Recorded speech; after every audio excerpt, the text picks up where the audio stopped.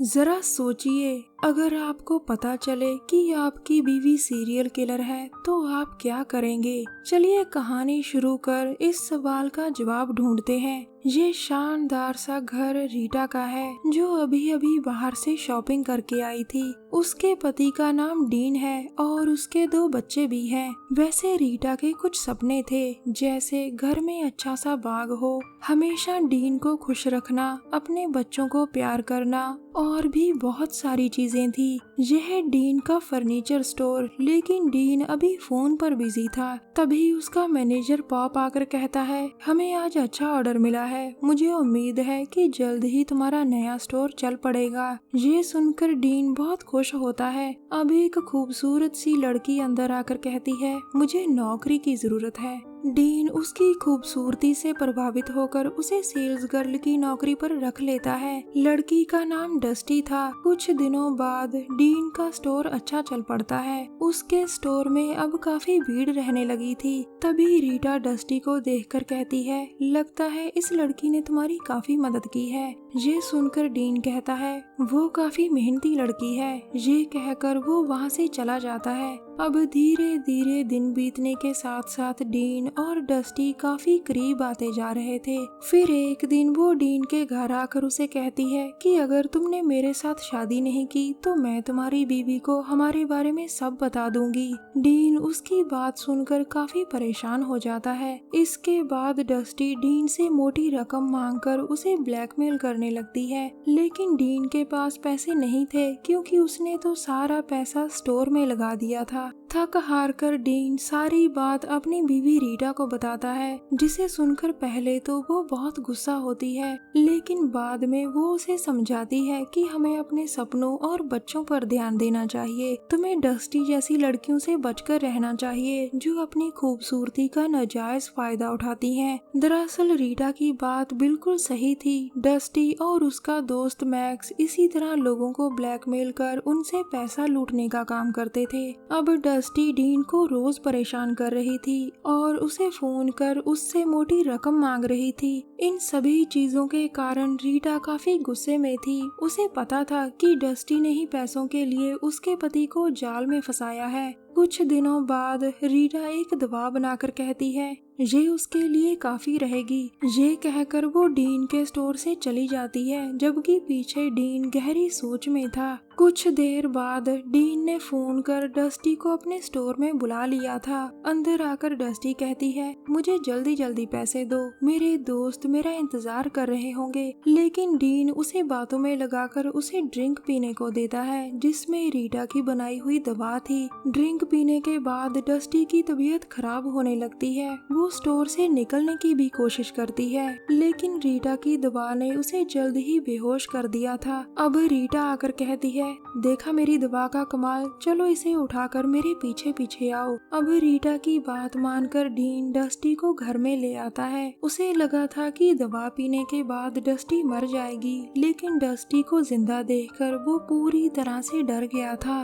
तभी रीटा हंसती हुई कहती है, जाओ जाकर हथौड़ा लेकर आओ। डीन उसकी बात मानकर हथौड़ा ले आता है, जिसके बाद रीटा डस्टी के सिर पर वार कर उसे मार देती है। दूसरी तरफ डस्टी के घर में उसका दोस्त मैक्स उसका इंतजार कर रहा था। उसके साथ उसका साथी टॉम भी था। उधर रीटा ने अपना काम शुरू कर दिया था। हालांकि वो पहली बार किसी को काट रही थी, लेकिन उसे देखकर ऐसा लग रहा था कि जैसे वो कोई माहिर सीरियल किलर हो। वो डस्टी की लाश के छोटे छोटे टुकड़े कर देती है, ताकि लाश को गायब किया जा सके।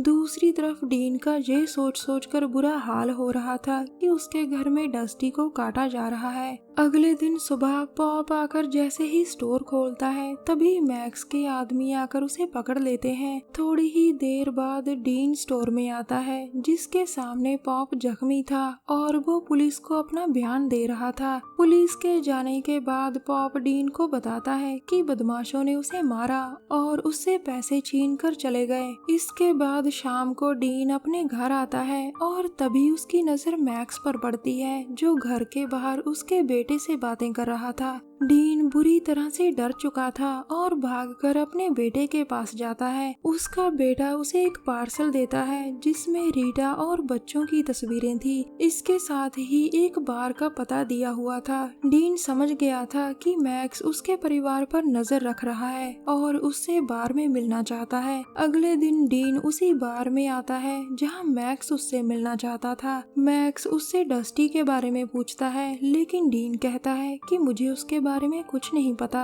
दरअसल मैक्स को कभी कभी लग रहा था कि डस्टी उसे धोखा देकर पैसे लेकर अकेली ही भाग गई, और कभी कभी उसे लगता था कि डीन ने ही डस्टी के साथ कुछ बुरा किया होगा। डीन बार से बाहर निकलकर रीटा को बताता है वो हमसे पैसे चाहते हैं, नहीं तो वो हमें मार देंगे। ये सुनकर रीटा कहती है तुम्हारी बीवी सब ठीक कर देगी।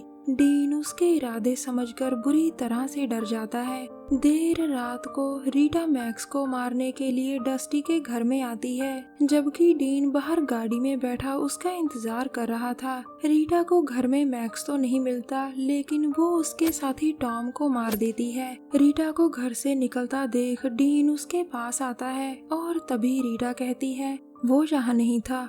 ये सुनकर डीन समझ जाता है कि घर में जो भी था रीटा ने उसे मार डाला। इसके बाद रीटा गाड़ी में बैठकर एक नए फोन से पुलिस को फोन कर कहती है मेरे पड़ोस में कुछ हुआ है। उधर जख्मी टॉम मैक्स को फोन कर बताता है कि उसे डीन की बीवी ने मारा जिस पर वो नजर रख रहा था। कुछ ही देर बाद मैक्स डस्टी के घर आता है, लेकिन तब तक टॉम मर चुका था। मैक्स अपने दूसरे साथी सैम को बताता है कि ये काम रीटा का है, जिसे सुनकर सैम हैरान होता है। अब मैक्स फ्रिज खोलता है जिसमें डस्टी की लाश के टुकड़े पड़े थे। इससे पहले कि वो कुछ समझ पाते तभी पुलिस सैम को मार देती है। मैक्स समझ गया था कि ये सारा जाल रीटा ने बिछाया है। उसी ने पुलिस को फोन कर यहाँ भेजा था। मैक्स किसी तरह इस जगह से भागकर बच जाता है। कुछ दिनों बाद डीन के घर आज पार्टी थी, लेकिन रीटा अब काफी बदल चुकी थी। वो छोटी छोटी बातों पर मरने मारने की बातें करने लगी थी।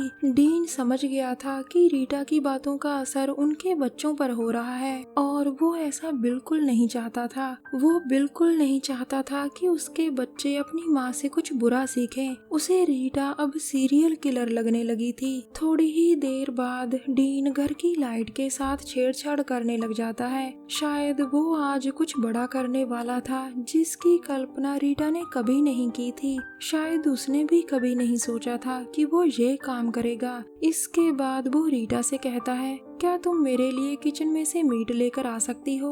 रीटा उसकी बात मानकर मीट लेने आती है, लेकिन वहाँ तो डीन ने जाल बिछा रखा था। जिसके बाद एक बड़ा सा धमाका होता है और उस धमाके में रीटा मर जाती है। सभी को लगा कि ये एक हादसा है, लेकिन सच्चाई तो सिर्फ डीन ही जानता था। वो कभी नहीं चाहता था कि उसके बच्चों को एक सीरियल किलर माँ मिले। आखिर में दोस्तों, कहानी में यही दिखाया गया है कि बुरे काम करने वालों के परिवार कभी खुश नहीं रहते। बुराई परिवार को खा जाती है। हमारी वीडियो देखने के लिए धन्यवाद। प्लीज हमारे चैनल को जरूर सब्सक्राइब करें। मिलते हैं अगली वीडियो में, तब तक के लिए नमस्कार।